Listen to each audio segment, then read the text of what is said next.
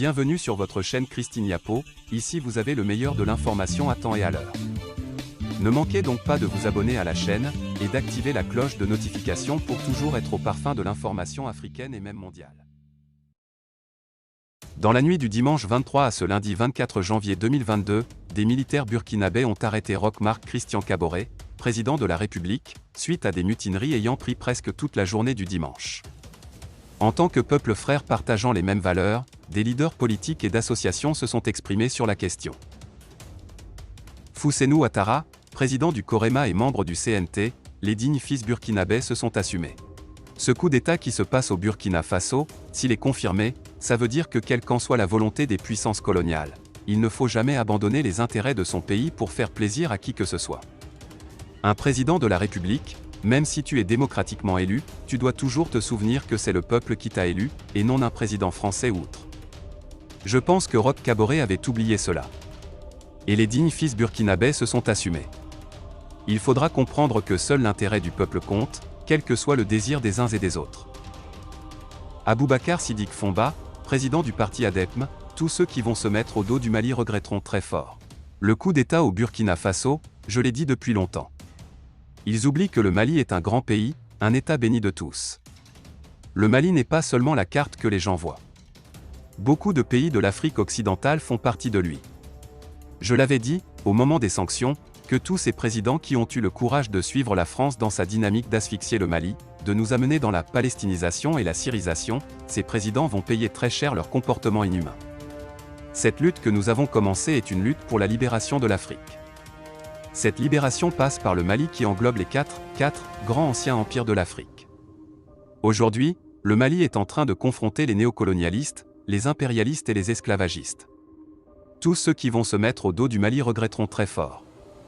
Je ne peux que remercier le peuple burkinabé de leur soutien, voire la jeunesse panafricaine. Je dis bravo au peuple burkinabé. Nous leur demandons de faire comme le Mali, afin qu'on puisse ensemble aller vers la refondation de l'Afrique. Je pense que c'est aussi le début de se débarrasser des institutions africaines qui sont en train de nous asphyxier. Nous comptons aller plus loin pour avoir une Afrique qui n'aura pas besoin des financements du FMI ou de la Banque mondiale. Nous voulons la restauration historique de l'Afrique. Jamy Bitar, président du MCATT, membre du M5, nous ne pouvons que réaffirmer notre solidarité au peuple burkinabé. Nous suivons avec intérêt ce qui se passe au Burkina. Nous ne pouvons que réaffirmer notre soutien et solidarité au peuple burkinabé qui aspire au calme, à son indépendance et à la lutte implacable contre le terrorisme. Nous sommes de cœur avec ce peuple.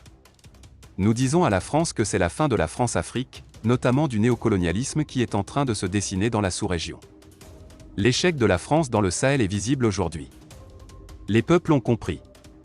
Si vouloir recouvrir sa dignité et sa souveraineté est antidémocratique ou constitutionnel, je pense que le modèle de démocratie importé ou imposé à nos pays ne doit plus prospérer. Nous disons non à ce diktat français. La France est disqualifiée et elle n'est plus la bienvenue en République du Mali, et même dans le Sahel, vu les mouvements qui se passent. Dr Ali Bokoum, président de la CPM, ces présidents ont tiré sur un Mali déjà à terre.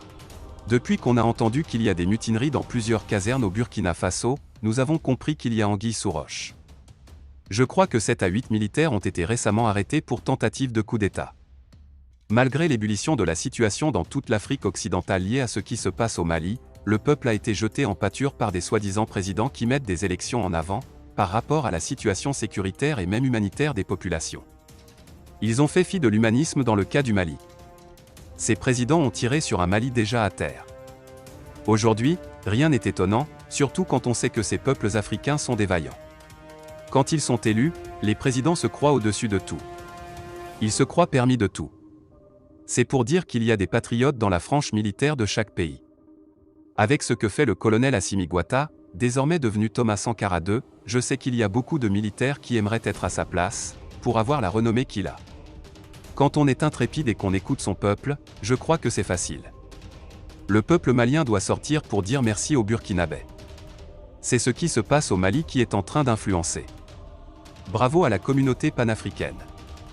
C'est le réveil, je crois que le coup d'État est déjà consommé. Il n'y a rien à faire. Mahamadou Abdoulaye Doumbia, président du parti MPC, l'Afrique doit changer de fusil à l'épaule. En tant que leader politique, je condamne le coup d'État burkinabé. Mais, je crois que l'Afrique doit également changer de fusil à l'épaule, par rapport aux dirigeants.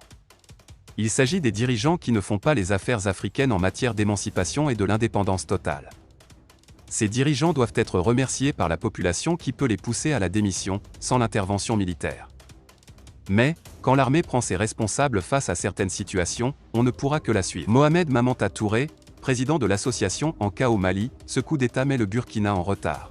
Ce sont des mutineries qui ont provoqué ce coup d'État au Burkina. Depuis un bon moment, nous voyons que le président Kaboré avait des soucis avec les militaires. Des terroristes réussissaient à trouver de victoires sur les militaires. Récemment, il y a eu l'arrestation de quelques militaires, pour coup d'État. Donc, il y avait des frustrations au sein de l'armée. Présentement, nous pouvons dire que les politiques africains ont échoué en matière de stabilité et de bonne gouvernance. Lors d'un de ses déplacements au Burkina, Macron a tenu un discours très grave, en présence de ses homologues. Il disait que les vieux chefs d'État africains ont le traumatisme de la colonisation. Avec des jeunes comme Assimi Goïta et autres, je pense qu'il faut mettre fin à ce traumatisme. Cette génération veut prouver au monde qu'elle ne souffre d'aucun traumatisme de colonisation et qu'elle veut l'indépendance de l'Afrique. Il va y avoir de changements, mais ce coup d'État va mettre le Burkina en retard. Eh bien les amis, c'est ici que l'on doit se séparer. Pour ce qui est de cette petite note d'information, partagez la vidéo avec vos amis si vous l'avez trouvée intéressante, abonnez-vous à la chaîne, ce n'est pas encore fait, et à très bientôt pour de